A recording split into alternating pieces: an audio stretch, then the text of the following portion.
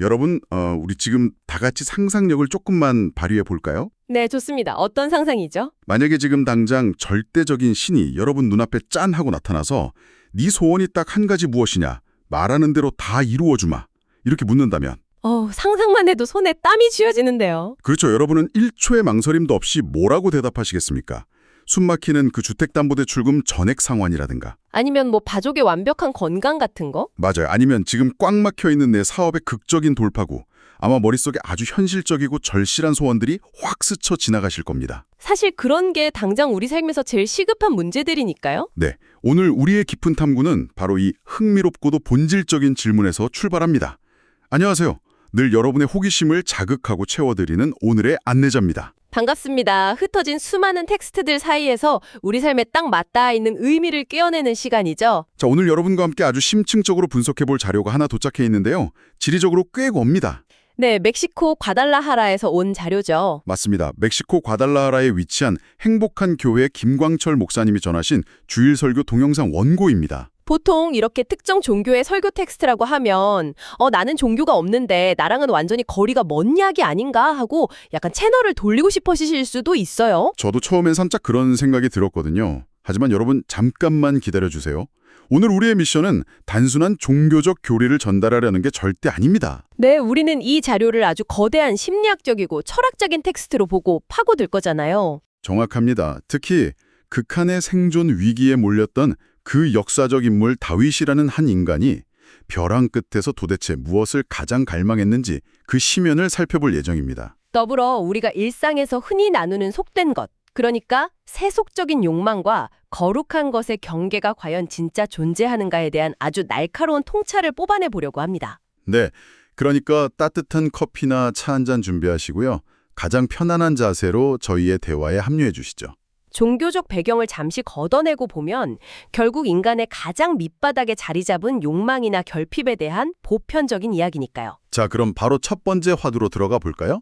제가 오프닝에서 던졌던 소원들 있잖아요. 네, 돈 많이 버는 거나 승진하는 거요. 우리가 매일매일 간절히 바라는 것들인데 막상 신에게 이런 것들을 대놓고 요구하거나 기도하려고 하면 마음 한구석이 좀 찝찝해질 때가 있거든요. 아, 내가 너무 세속적인가 이렇게 생각하게 되죠. 맞아요. 고상한 정신적 성숙이나 인류의 평화 이런 걸 빌어야 하는데 너무 내 얄팍한 욕심만 챙기는 거 아닌가 하면서 스스로 검열하게 된단 말이죠. 여러분도 이런 경험이 있으시죠? 바로 그 지점이 오늘 분석할 자료가 정면으로 돌파하고 있는 첫 번째 편견입니다. 어떤 편견이죠? 설교자의 목사님은 그런 이분법, 영적이고 거룩한 것과 세속적이고 일상적인 것을 나누는 태도 자체를 완전히 타파해버리십니다. 아예 경계를 허물어 버리는군요. 네, 과거부터 우리 사회 기저에 약간 묘한 계급적 인식이 있었거든요.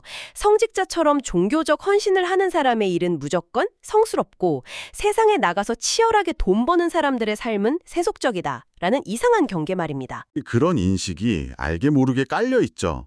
종교시설 안에서 벌어지는 일은 거룩하고 회사 사무실이나 시장 바닥에서 벌어지는 일은 세속적이라고 단정지어 버리니까요. 하지만 원고에서는 이를 아주 강하게 반박합니다. 아침 일찍 10,000원 지하철 타고 출근해서 치열하게 일하고 가족을 부양하기 위해 땀 흘리는 그 현장이 종교시설 안에서의 역할만큼이나 동등하게 귀중하다는 겁니다. 역할의 무대가 다를 뿐이지 일상의 치열한 삶 그 자체가 결코 덜 거룩한 게 아니다. 네, 아주 중요한 선언이죠. 잠깐만요. 그러면 제가 당장 이번 달 카드값이 밀려서 미치겠는데 제발 이번 달 미리 좀 넘기게 돈 좀 벌게 해주세요. 라고 간절히 비는 것도 거룩한 행위가 될 수 있다는 뜻인가요? 놀랍게도 이 원고의 논리에 따르면 그렇습니다. 오, 보통은 그런 문제로 매달리면 되게 속물 같다고 스스로를 자책하잖아요. 극한의 고통이나 당장의 물질적 결핍 앞에서 나를 좀 살려달라, 당장 해결해달라 이렇게 당당히 요구하는 것 자체가 결코 잘못된 게 아니라는 겁니다. 오히려 당당하게 요구해라. 네, 문제를 숨기거나 혼자 끙끙 앓는 대신에 자신의 결핍을 들고 신을 찾아가서 간구하는 행위 자체가 아주 성스러운 일의 출발점이 된다는 역발상이죠. 결핍을 인정하고 도와달라고 소리치는 게 거룩함의 출발점이다. 이거 상당히 파격적인데요. 당장의 빚 문제나 건강 문제를 들고 가는 게 도대체 왜 성스러울 수 있는 건가요? 그 핵심은 바로 관계의 회복에 있습니다. 관계의 회복이요? 네, 자료에 따르면 그 고난과 현실적인 결핍이라는 매개체를 통해서 궁극적으로 절대자와의 대화의 문이 열리기 때문입니다. 아, 문제를 혼자 다른 편법으로 해결하려 하지 않고 직접 들고 찾아간다는 것 자체가 맞습니다. 자신의 나약함을 인정하고 의지에서 찾는 그 방향성, 그 태도 자체가 이미 거룩함이라는 아주 깊은 통찰입니다. 듣고 보니 고개가 끄덕여집니다.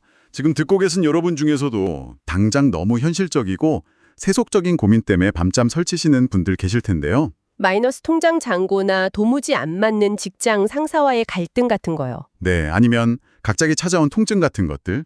오늘 분석 자료에 따르면 그 지극히 현실적이고 찌질해 보이는 고민들이야말로 여러분이 삶의 본질적인 질문을 던질 수 있는 완벽한 매개체라는 겁니다. 내 약함이나 날 것 그대로의 욕망을 포장할 필요가 전혀 없다는 위로가 되죠. 맞아요. 고상한 척 포장된 가짜 기도보다 피 흘리는 현실의 아픔을 그대로 토해내는 솔직함이 훨씬 가치 있다는 거네요. 아주 시원하게 긁어주는 대목입니다. 자, 그럼 이쯤에서 오늘 자료의 중심에 서 있는 인물 다윗의 심리 속으로 한 걸음 더 들어가 볼까 합니다. 다윗 하면 보통 돌팔매질로 골리앗 쓰러뜨린 소년 영웅이나 위대한 왕의 이미지가 떠오르잖아요. 그렇죠. 이스라엘 최고의 전성기를 이끈 왕이니까요. 근데 그가 오늘 우리가 다룰 이 간절한 소원을 빌었던 시절을 보면 상황이 완전히 다릅니다. 왕관을 쓰기 전 인생에서 가장 찬란해야 할 20대 청춘을 도망자 신세로 보냈거든요. 사울왕의 칼날에 피해 도망 다녔죠. 네, 그 도망자 시절에 심리적 압박감이 엄청났을 텐데요.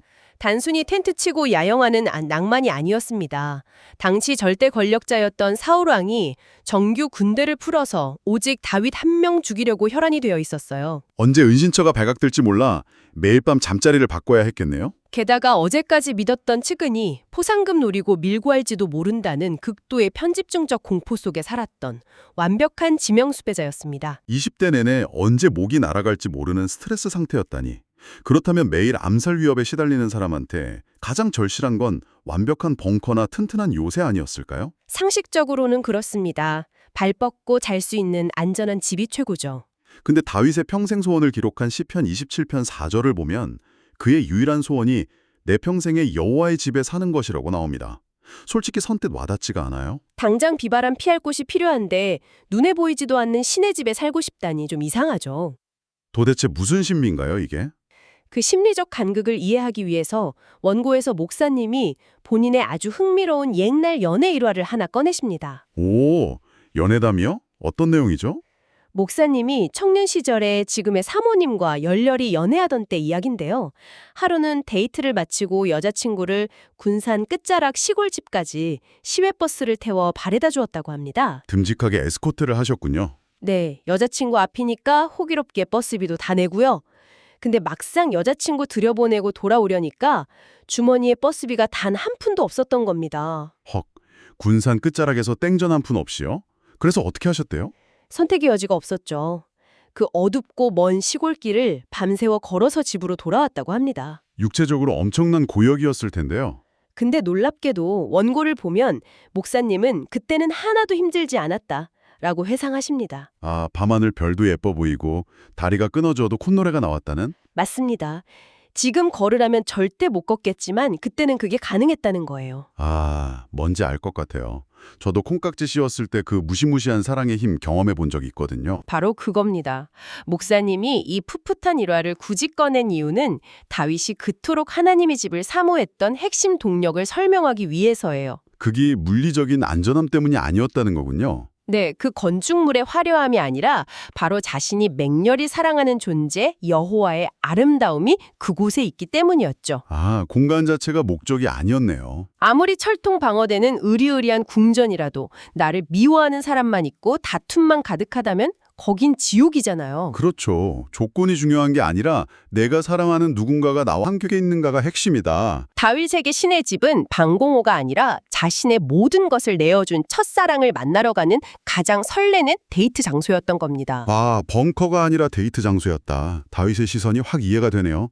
자, 그렇다면 다윗이 그 데이트 장소인 성전에서 도대체 무엇을 하고 싶었는지 그 행위를 좀 더 파고들어 보죠. 원고에 보면 성전에서 사모한다라는 구절에 히브리어 원어 분석이 나옵니다. 이게 그냥 멀리서 아이돌 보듯이 멍하니 바라본다는 뜻이 아니라면서요? 네, 이 대목에서 아주 깊은 통찰이 등장하는데요. 쓰인 단어가 바카르라는 히브리어입니다. 바칼이요? 무슨 뜻이죠? 단순히 감상하는 게 아니라 찾다, 구하다, 묻다, 그리고 여쭙다라는 아주 적극적인 행동을 뜻해요.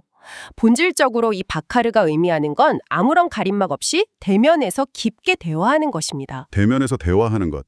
그게 그렇게 간절히 원할 만큼 특별한 일인가요? 우리 일상적인 인간관계를 한번 냉정하게 되돌아보시죠. 주변의 친구, 가족 아무리 많아도 진짜 내 밑바닥에 있는 찌질한 고민이나 부끄러운 약점 100% 털어놓을 수 있는 사람 몇 명이나 되나요? 뼈를 때리시네요.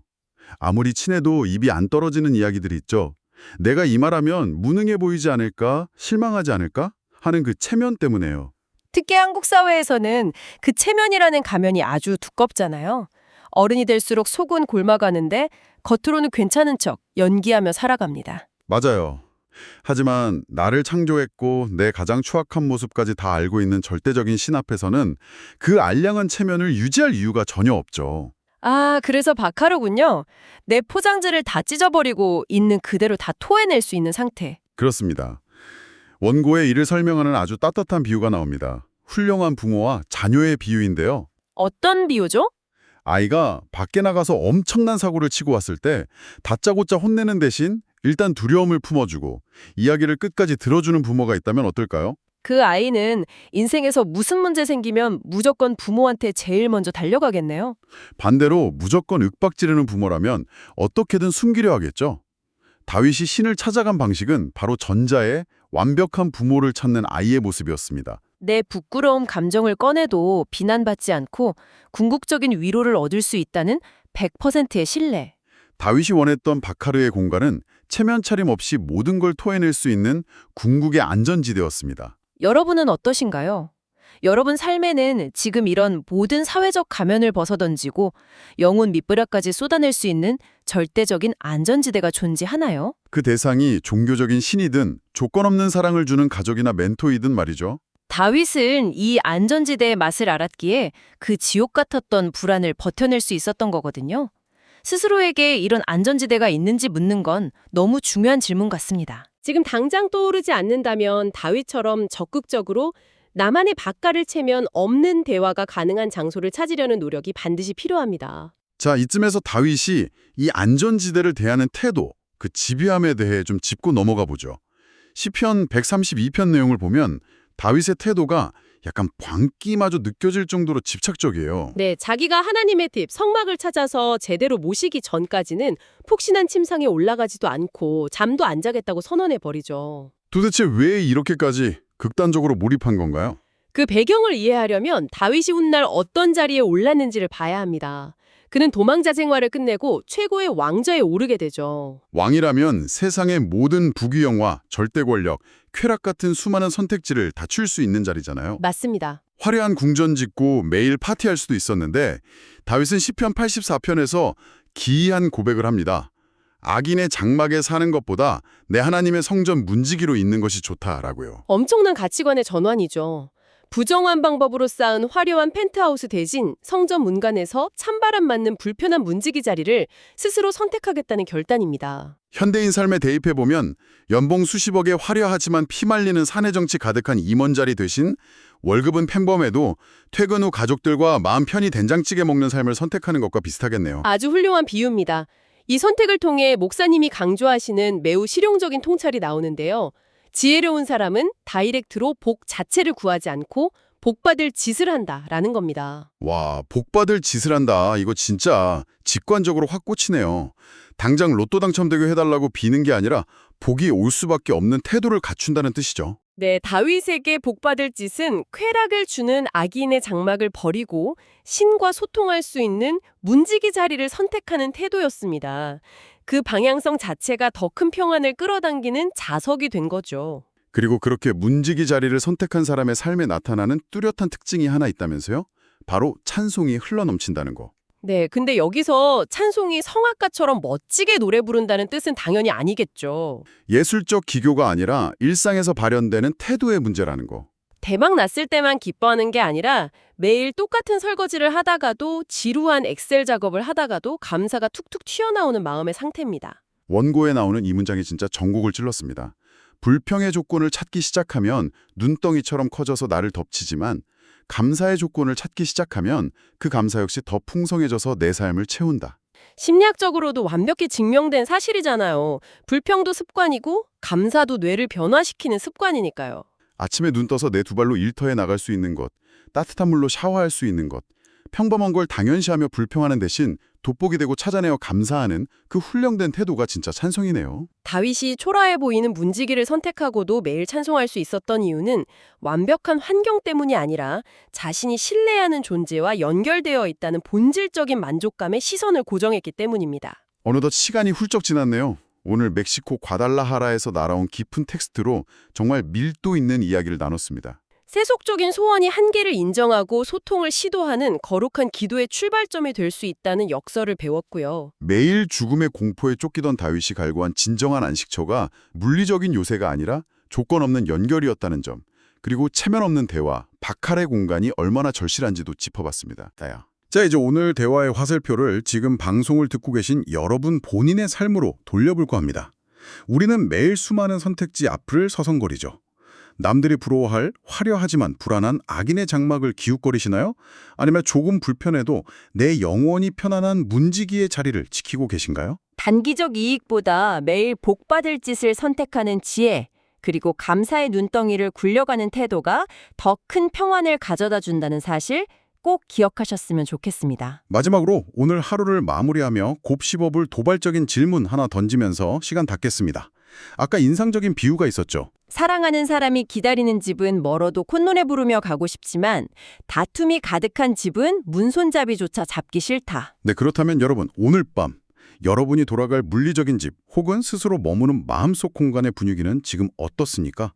혹시 바깥에서 치이고 돌아와서 스스로를 더 자책하고 다그치는 숨막히는 공간으로 마음을 방치하고 계시진 않은가요? 안전하고 따뜻한 집의 온기를 스스로 만들어가고 있는지 물어봐야겠네요. 네, 그 공간의 온도를 결정하는 건 최고급 가구가 아니라 머무는 사람의 마음가짐과 사랑이니까요. 스스로의 삶의 공간을 어떻게 가꿀지 성찰해 보시길 바랍니다. 아주 훌륭한 화두입니다. 자, 오늘 저희가 준비한 심층 분석은 여기까지입니다. 다음에도 일상을 환기해주고 삶의 본질을 찌르는 흥미로운 자료로 돌아오겠습니다. 여러분이 머무시는 그곳이 가장 따뜻하고 솔직해질 수 있는 안전한 안식처가 되길 진심으로 응원합니다. 함께해 주셔서 감사합니다.